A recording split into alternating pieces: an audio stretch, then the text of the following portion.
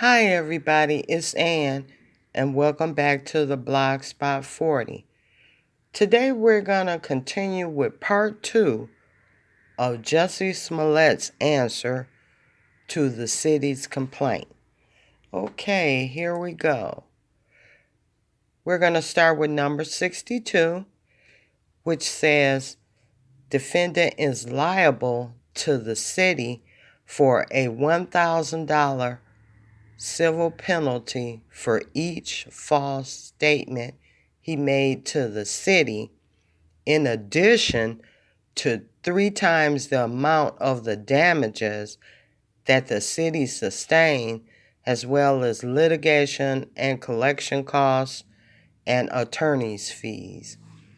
Jussie's answer is there is no response required since it's a legal conclusion. And then Jussie went on to say he denies the allegations in paragraph 6. Okay, let's go on now to the counterclaim.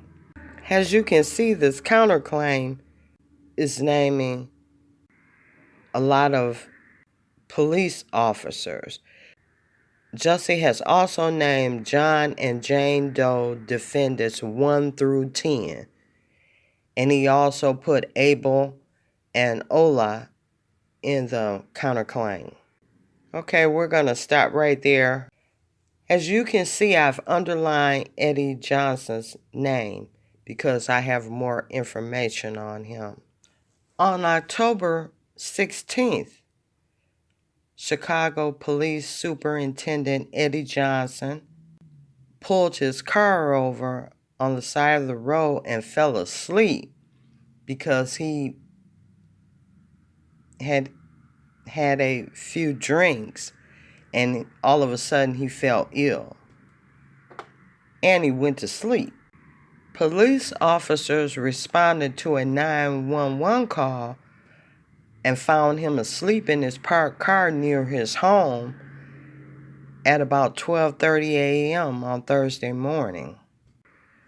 Eddie Johnson even ordered the Internal Affairs investigation into his own conduct to avoid the appearance of impropriety and to just have total transparency. And it seems like Internal Affairs may have done some investigation into that. Okay, now we're going to talk about the John and Jane Doe defendants 1 through 10. Jussie's attorneys put that in there just in case some other police officers or some other persons will need to be named in the lawsuit later on.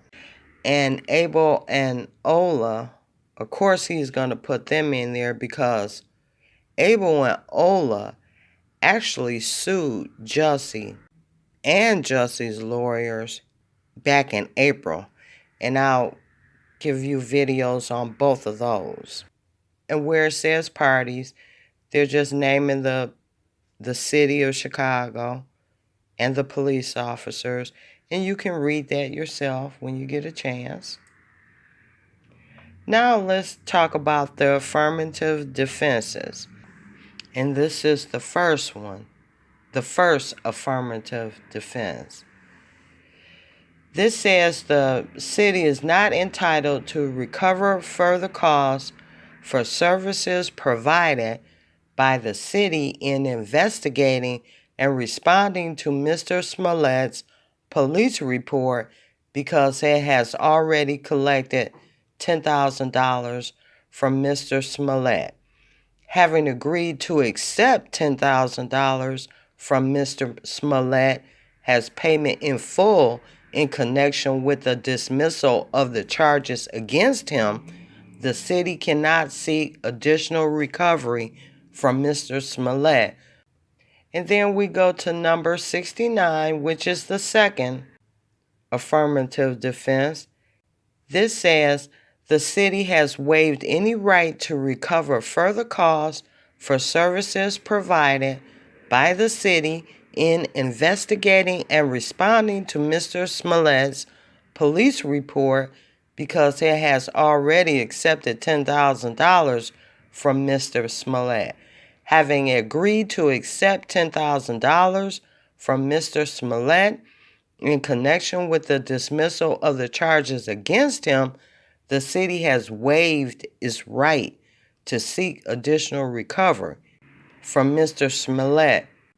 Then we go to the third affirmative defense, which is number 70. The city is stopped from seeking to recover further costs for services provided by the city in investigating and responding to Mr. Smollett's police report. By his conduct and agreement to accept the $10,000 from Mr. Smollet, the city induced Mr. Smollet to his detriment to rely on that conduct as satisfying any amount that Mr. Smollet may be required to pay the city in connection with Mr. Smollett's police report. The city then violated this agreement by bringing a civil action against Mr. Smollet. Due to this misrepresentation, the city should not be entitled to receive any additional compensation from Mr. Smollet. I bet Jussie wish he had just went on and paid that $130,000 now, because this is a lot of problems to be going through. Okay, the fourth affirmative defense, which is number 71, the city is barred from seeking to recover costs for services provided by the city in investigating and responding to Mr. Smollett's police report due to his inequitable conduct in filing criminal charges against Mr. Smollet without probable cause and maliciously prosecuting him in bad faith. Now we go to the background. This is number 12. On January 22nd, Mr. Smollet received an envelope delivered to the Foxx production studio, which contained a racist and homophobic death threat. The letter included a stick figure pointing a gun at another figure's head and indicated that the latter figure represented Mr. Smollet. In addition, the envelope contained a white powdery substance. And here I've posted that letter that he got. And where it's blanked out there, that's just the studio's address. Okay, let's continue. Number 24. At the time the Osundero brothers were arrested by CPD, Abel had known Mr. Smollet for less than 2 years, and Ola had only met Mr. Smollet on limited occasions. Furthermore, CPD officers knew that Ola had previously been charged with attempted murder in a 2011 stabbing that occurred near his home in Chicago, and that he had a felony conviction for aggravated battery arising from that incident. I also have a video about that incident in 2011 with Ola. And I just want to say here up to the top where this blue is, that's the actual dates that the documents are filed on. And the reason it's there is because they're filing it on the internet. They don't actually have to go into the courtroom and file it. So they filed it on the internet, and then the internet software gives it a document number. Okay, let's continue. Number 154.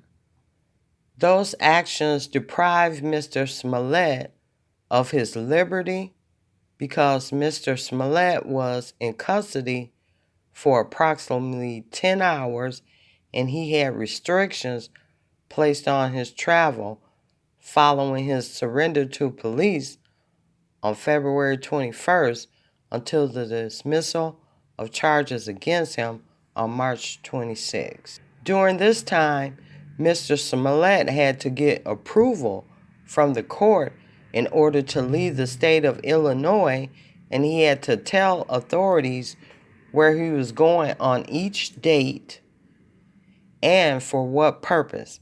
His passport was also confiscated, which still has not been returned to him to this day.